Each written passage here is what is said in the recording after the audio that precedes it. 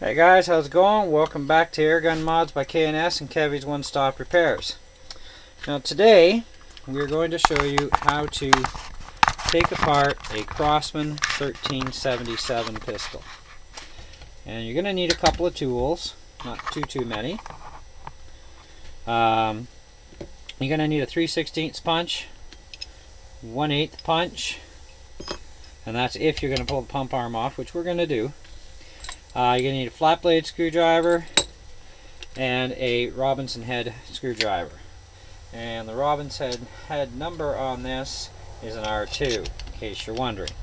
You're also going to need an Allen key, suitable proper size to remove the breech screw with. So let's get started. First thing we're going to do is we're going to cock the gun. I'm going to make sure there's no air trapped in the valve.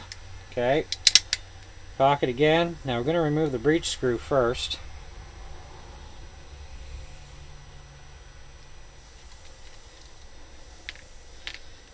And then you can go ahead and close that off. Next is going to be the rear sight.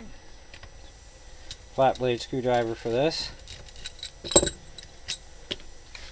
And now you're going to lift up and pull the breech out. Transfer port. Pull the barrel out. Take your Allen key on the back end here and you're going to dig out your transfer port O-ring. Okay, do that carefully. Don't want to damage that. Okay, so the next thing you're going to do is you're going to open up the pump.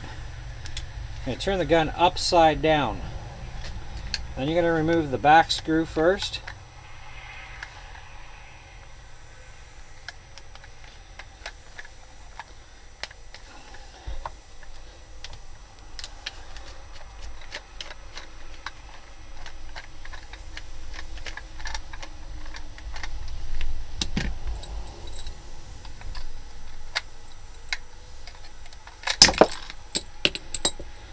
And of course, sometimes if you're not putting your finger at the back here, that happens. Your back cap will fly out along with your spring. And now we got that out. Now you got to keep pressure on this constantly. You got to remove your front screw next and keep holding on tight. This is how you're going to avoid losing your safety spring and detent ball. Now, carefully turn the gun back this way and then gently lift off. And then you'll have the grip in your hand. Your safety spring and detent ball for your safety are in there. So for now we're going to put that aside. Next thing we're going to do is pull the hammer out. So pull it straight back, pull the pin, and the hammer will just drop out. Now the next thing we're going to do is going to take a couple blocks of wood here.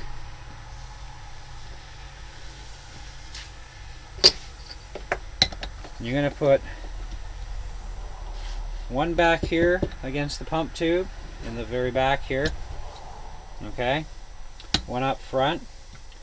Then you're going to take this smaller piece here and put it underneath the pump arm.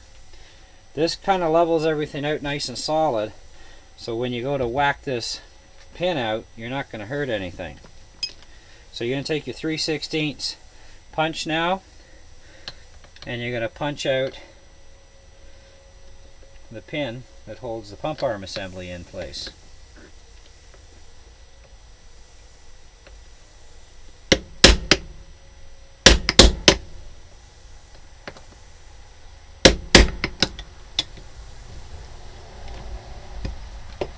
Okay, now that you've punched that down just a little bit, you're going to take your smaller punch, your 1/8, and go into the middle of that hole, because the 3/16 won't make it all the way through. It's just to get it to get under there a bit first.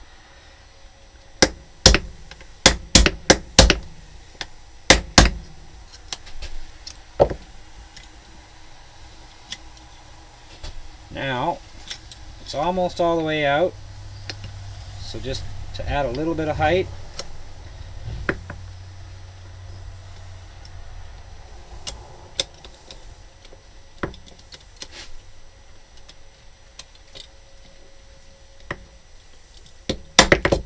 There you go. One little more tap and it's out. Pull your front side off. Pull your assembly out and your piston. And then you can just push on that pin. Takes your piston off. And you're down to the pump arm. To remove the pump arm from the linkage, take 2 blocks. And that other block you had for underneath, set it up like this. It's going to keep everything steady. Now, you're going to go back to your 1/8 punch here, and you got to kind of hold back on the link bar here a little bit with your hand just so it doesn't rock too much.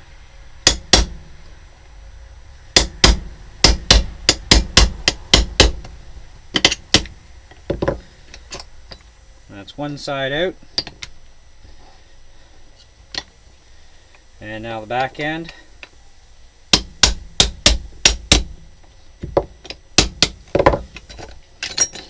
And that's it. Now, when you're reassembling the gun, everything is kind of pretty much opposite to the way you took it apart. Except for your pump arm. When you put it back on, whether it's a factory pump arm or a wooden pump arm, because I sell wooden pump arms, but whenever you pull out even the plastic original, when you put it back together, always put the front pin in first, then the back pin, because if you don't, it won't line up properly. And I'll show you what I'm talking about here. If you look at this link assembly, you'll see that the back hole is elongated. Okay, now if you punch your pin in there and it's already balanced, you're not going to line up on the front and you can damage your linkage assembly. So you got to put the front one in first, because it's perfectly concentric. Put that in first and it'll automatically line up the back one where it needs to go, and then you can put it in and you're fine and you won't damage anything. So that's our little lesson on how to take apart a Crosman 1377C. The same type of process for the 2289 would be identical, and a lot of other pumpers are going to come apart the same way. So anyway, hope you enjoyed the video. If you have any questions, oh, one more thing we got to do, we got to take the valve out. Now, how to take the valve out, there's a couple different ways you can do this, and what I usually do is I have a piece of scrap barrel kicking around, and I can use, or any kind of, you can even take a dowel that you drill the hole out in the middle and use it and gently get it out. Or if you want to, take your original barrel, use the back end of the barrel, this way you don't damage your crown, line it up inside so that you go, the middle of the pin, okay, your valve stem goes into the center of the barrel here, okay. Then all you got to do is give it a shove, standing it straight up on a table. Just give it a gentle shove. This way you don't hurt your barrel, you don't hurt the valve. The valve will come out to about here. Take either your screwdriver or one of your punches and just pop forward, and out comes your valve. Now, if you need to get into your valve, what you do there, one way of doing this, take your front screw that actually goes in the front of the valve, just screw it in a bit. Then you can take a punch that fits the hole and then just grab hold tight in here and then give it a good twist counterclockwise.